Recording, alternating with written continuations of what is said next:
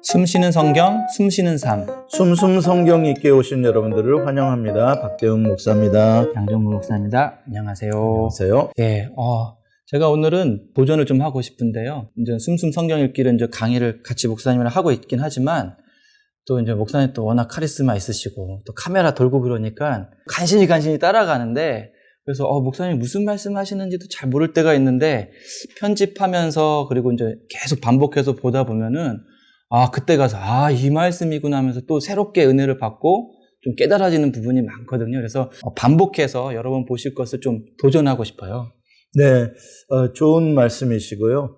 저도 이렇게 보면서 은혜를 받고요. 또 이렇게 또 저도 또 점검을 해보게 됩니다. 그리고 우리들이 여기서 나누는 이 대화들이 주제가 사실은 굉장히 신학적으로 굉장히 심각한 주제들입니다. 그래서 그냥 그동안의 전통적인 어떤 틀 속에만 있다 보면 사실 잘 이해가 안 되는 무슨 말을 하는지 모르는 그런 것들이 있을 거예요. 저는 그렇게 생각합니다. 그래서 좀 같이 여러 번 더 보시라고 그렇게 권장합니다. 예, 오늘은 저희가 이제 15장 들어갈 차례인가요, 목사님?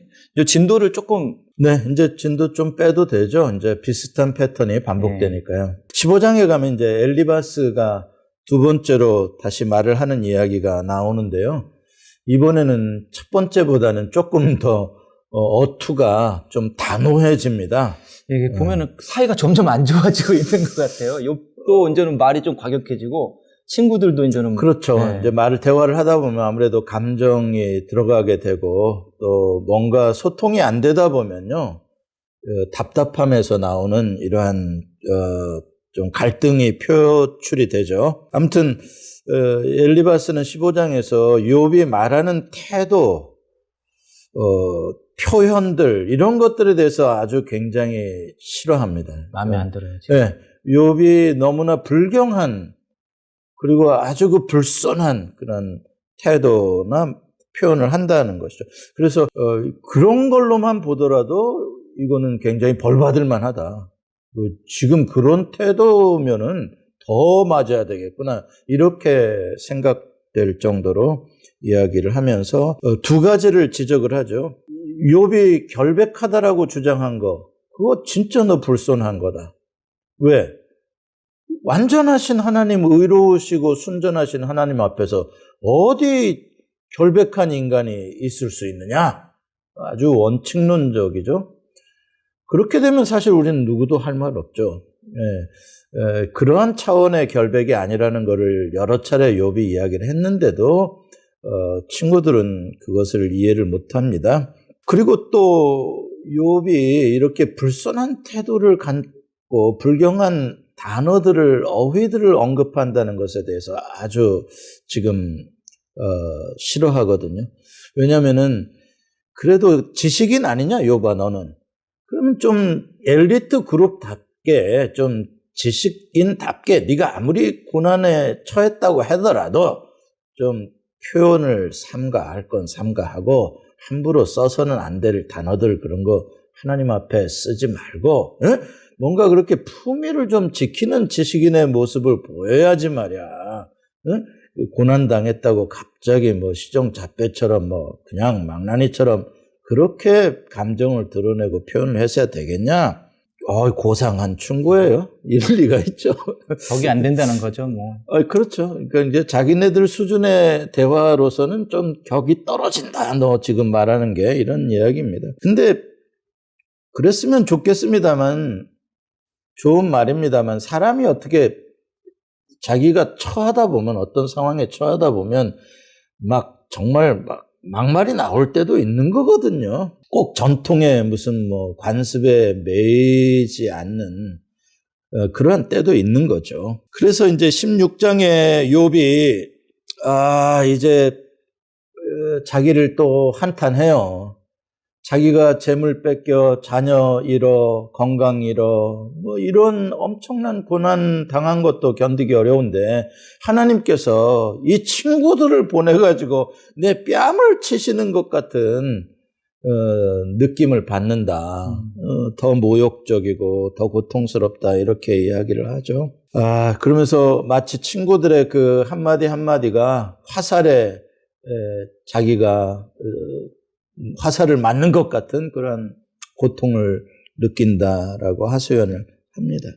예, 목사님 다 요약해서 말씀해 주시고 있는데 다 지금 16장에 있는 말씀들이잖아요. 막 뺨을 때린다, 그렇죠. 네. 뭐 화살로 찌른다, 막 이런 이야기들이 있는데, 친구들은 계속 한결같은 것 같아요. 계속해서 그 전통이라든지 자신들이 갖고 있는 계속 그냥 틀을 지키라는 거잖아요. 네, 더 세게 쏘죠. 더 많이 쏘고요. 그래서 어떻게 쓰러뜨려 보려고 똑같은 방식을 취하죠. 아주 흥미로운 거는 이 16장에서 깜짝 놀랄 정도는 17절부터 21절에 보면은요. 이 17절에서 21절 사이에 욥이 표현하는 걸 보면 이렇게 아무런 잘못이 없는 자기를 하나님이 대적하시고 뭔가 폭력적으로 자기를 공격하시는 이 하나님에 대해서 하늘 법정에 고소를 합니다. 하나님을. 이게 참 놀라운 일이죠. 이거는 오늘날의 자유주의 신학에서도 감히 표현하기가 참 그런 건데 어떻게 그 옛날에 감히 하나님을 하늘 법정에 무고한 사람을 공격한 죄로 피고인으로 고발하는 그러한 생각까지 가는지 우리가 틀을 깨는 정도가 아니라 이건 근데 목사님 설명은 조금 더 들어봐야 되겠지만 이제 목사님의 강의도 사실은 저희가 처음 듣는 그러니까 하나님을 욥이 지금 그 고소한다라는 이 표현도 어떻게 보면 저희한테는 좀 새롭고 성경에 나와 있는 이야기인데 한 건데 틀림없이 제가 읽어볼게요. 네. 그러나 내 손에는 포악이 없고 나의 기도는 정결하니라. 땅아 내 피를 가리지 말라. 나의 부르짖음이 쉴 자리를 잡지 못하게 하라. 지금 나의 증인이 하늘에 계시고 나의 중보자가 높은 데에 계시니라. 나의 친구는 나를 조롱하고 내 눈은 하나님을 향하여 눈물을 흘리니 사람과 하나님 사이에와 인자와 그 이웃 사이에 중재하시기를 원하노니. 이 21절이 그 이야기입니다. 예. 나와 하나님 사이에 판단되어지기를 원한다라는 표현이단 말이죠. 그 중보자가 여기서 중보자라는 거는 하나님이 아닌 다른 존재인 거죠. 그렇죠. 저는 중보자 하니까 딱 생각나는 게 예수님밖에 없어요. 그러니까 히브리서에도 보면은 그렇죠. 네, 보통 우리가 중보자 하면 예수님이 그 역할을 감당한다고 보는데 물론 여기서 예수님이라고 볼 수도 있지만은요. 그러니까 이때는 아직까지 삼위일체 성부 성자 성령의 개념은 없지만 하늘 법정에서는 거의 자기를 위로해주고 대변해줄 어떠한 정의의 검사 내지는 변호사가 있다고 보는 거죠. 욥은 의도하지 않았지만 우리가 결론적으로 봤을 때는 우리는 예수님을 유추할 수가 있는데 이것도 상당히 좀 그렇죠. 그러니까 이게 놀라운 겁니다. 이렇게 자꾸 생각이 발전해 가다 보니까 이 신학적으로 상상력이라 그럴까요? 그 어떠한 범위를 계속 뛰어넘어요. 욥의 경우에 있어서는. 그 당시로서는 생각할 수 없는 개념까지 들어간단 말이죠. 이 하늘 법정에서 중재자가 사람과 하나님 사이를 판단하시고 사람과 사람 사이를 판단하기를 원한다. 이 소리가 욥과 하나님 사이 자기가 무고하게 하나님으로부터 공격을 당하고 있는 것 그리고 친구들한테 공격을 당하고 있는 것에 대해서 하늘에서 이것을 아는 변호사가 정확하게 짚어주기를 원한다. 이렇게 이야기를 하고 있단 말이죠. 그런 면에 봤을 때 그러니까 이게 욥의 참 가장 큰 갈등이 아닌가 싶어요. 그러니까 원래는 그 역할을 하나님이 전에도 얘기했지만 하나님이 해주셔야 되는데 지금 욥은 그 하나님을 고소할 수밖에 없는 그런 심정. 그런데도 불구하고 욥은 계속해서 하나님에 대한 어떤 그 소망을 포기하진 않잖아요. 네. 언젠간 하나님이 다시 이제 자기 억울함을 풀어줄 거라는 그러한 믿음도 있는데 지금은 현재 속에서는 또 그 하나님을 또 고발해야 되는 그런 그게 갈등인 것 같아요. 네. 그게 이제 제가 고발이라는 표현을 좀 너무나 직접적인 단어를 썼습니다만은 이게 하늘 법정이라는 곳에서 우리가 죽음 다음에라도 신원될 수 있는 진실은 살아서 반드시 하나님이 선하시고 의로우시다면 또 그 모든 것들을 판단하시는 것이 하늘의 어떤 세계 속에 있다면 그렇게 될 것이라고 굳게 믿는 거죠. 그러니까 여기서 이제 놀라운 건 이런 인사이트가 어떻게 생겨나냐는 거예요. 지금 욥의 친구들은 상상도 못할 이야기거든요. 네, 그렇죠. 근데 욥은 지금 이런 것들을 제가 생각하기엔 고난당하기 이전에는 이런 생각 못했을 거라고 생각해요. 지금 이렇게 현실의 절망들 가운데에서 본인이 생각할 수 있는 최대한의 신의 세계에 대한 것들에 대해서 생각이 이루어지고 있고, 저는 이렇게 기도하고 더 진리를 알고자 하는 욥에게 어떤 성령님의 새로운 인사이트가 새로운 어떤 하나님의 세계에 대한 지혜와 계시를 이렇게 주시는 것 같아요, 욥에게. 그래서 현재의 고난을 이겨낼 수 있는 어떤 소망과 희망으로 보여주시지 않는가. 지금 이 중보자, 중재자의 개념이라는 건 아주 중요한 개념이거든요.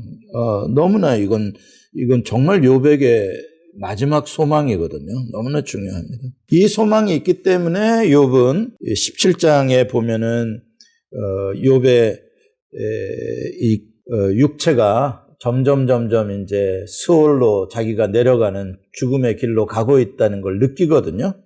그럼에도 불구하고 17장 9절에 이런 표현을 해요. 그러므로 의인은 그 길을 꾸준히 가고 손이 깨끗한 자는 점점 힘을 얻느니라. 굉장히 역설적인 거거든요. 자기의 육체는 수월로 내려가는 것 같지만 그러나 자기는 의인이기 때문에 갈수록 힘이 나고, 그렇죠? 점점 힘을 얻는다. 이 말은 소망이 가까워지고 있다라고 오히려 역설적으로 해석을 하는 거거든요. 굉장한 힘이죠. 이래서 이제 그 온전함을 지킬 수가 있는 것이죠. 방금 말씀하셨던 것처럼 그 중보자에 대한 소망이 있는 거죠. 그러니까 그럼요. 예. 우리 예전에 그 신앙의 선배들 보면 이제 순교의 자리로 나가셨던 그 선배님들도 한편으로는 이런 하나님의 그 신원해 주실 것에 대한 자기의 이러한 마음을 알아주실 것에 대한 그런 중보자의 어떤 소망이 있었기 때문에 당당히 그 길을 가지 않았나라는. 그럼요. 그리고 들어요. 우리가 이 땅에서 사실 예수 믿는 것 때문에 어느 때는 억울함들이 있잖아요. 그거 다 말로 다 설명 못하고 설명한다고 그게 받아들여지지도 않잖아요. 그럴 때 이러한 욥의 마지막 하나님의 법정에서의 나의 억울함을 신원해 주심에 대한 중보자가 계시고, 지금도 하늘 보좌 우편에서 예수님이 말할 수 없이 우리를 위해서 중보해 주고 계시며, 성령님도 하나님의 깊은 것을 아시는 성령님이 우리를 위하여 탄식하신다고 로마서 8장에 이야기하잖아요. 이제 그런 것들이 다 욥이 그 옛날에 보았던 소망입니다. 그렇기 때문에 의인이 고난을 당하지만, 그래서 비록 죽는다고 하더라도 그 이후에라도 하나님이 신원해 주실 것에 대한 이 믿음이 있기 때문에, 이 소망이 있기 때문에 이 온전함을 지킬 수 있는 거죠. 이랬다 저랬다 환경에 의해서 흔들리지 않을 수 있는 거죠. 예, 우리도 이 욥이 고난을 통해서 배웠던 이 중보자에 대한 어떤 개념이라든지 그 소망이라는 것을 우리도 오늘날 좀 많이 진짜 필요한 것 같아요. 그럼요. 그래야지만 목사님 여기 표현했던 것처럼 우리가 꾸준하게 이 믿음의 길을 갈 수 있지 않을까. 그럼요. 그래서 예수님이 두려워하는 제자들에게 두려워하지 말라. 내가 너희를 고아처럼 버려두지 아니하고 내가 떠나면 보혜사 성령님이 오신다. 그 성령님이 네가 말할 수 없을 때 말할 수 있도록 가르쳐 주시고 신원해 주시고 도와주시고 하는 그러한 분이 우리 옆에 늘 계시다. 그것이 이제 우리로 하여금 고난의 현장에서도 살아갈 수 있고 이 땅에서 믿음의 길을 걸어갈 수 있는 그러한 우리에게 큰 힘이죠. 그 성령님이 함께 주신다는 게. 그래서 이제 우리는 7번 넘어져도 8번 다시 일어날 수 있고, 오른편 뺨을 맞아도 왼편 뺨을 돌려댈 수 있는 그러한 용기가 바로 하나님께서 아시고 계시다라는, 신원해 주신다라는 소망입니다. 예, 고난을 통해서 욥이 발견한 그 중보자에 대한 소망, 그러니까 하늘 법정. 이 땅의 법정은 나의 억울함을 풀어주지 못할지라도 하나님은 살아계시고 하늘의 세계에서는 결코 하나님이 우리를 모른 채 하지 아니하시고 네. 우리의 억울함을 풀어줄 거라는 그 믿음의 소망이 오늘날 살아가는 우리에게도 좀 있었으면 좋겠습니다. 그래서 힘든 일을 만날 때마다, 억울한 일을 만날 때마다 우리의 힘으로는 이길 수 없지만 그 소망을 붙잡고 꾸준히 이 믿음의 길을 포기하지 않는 우리가 되었으면 좋겠다는 생각이 듭니다. 목사님. 아멘입니다. 네, 숨쉬는 성경, 숨쉬는 삶. 오늘 벌써 또 마무리 지을 때가 됐는데요. 네. 그러면 또 다음 시간에 뵙겠습니다. 감사합니다.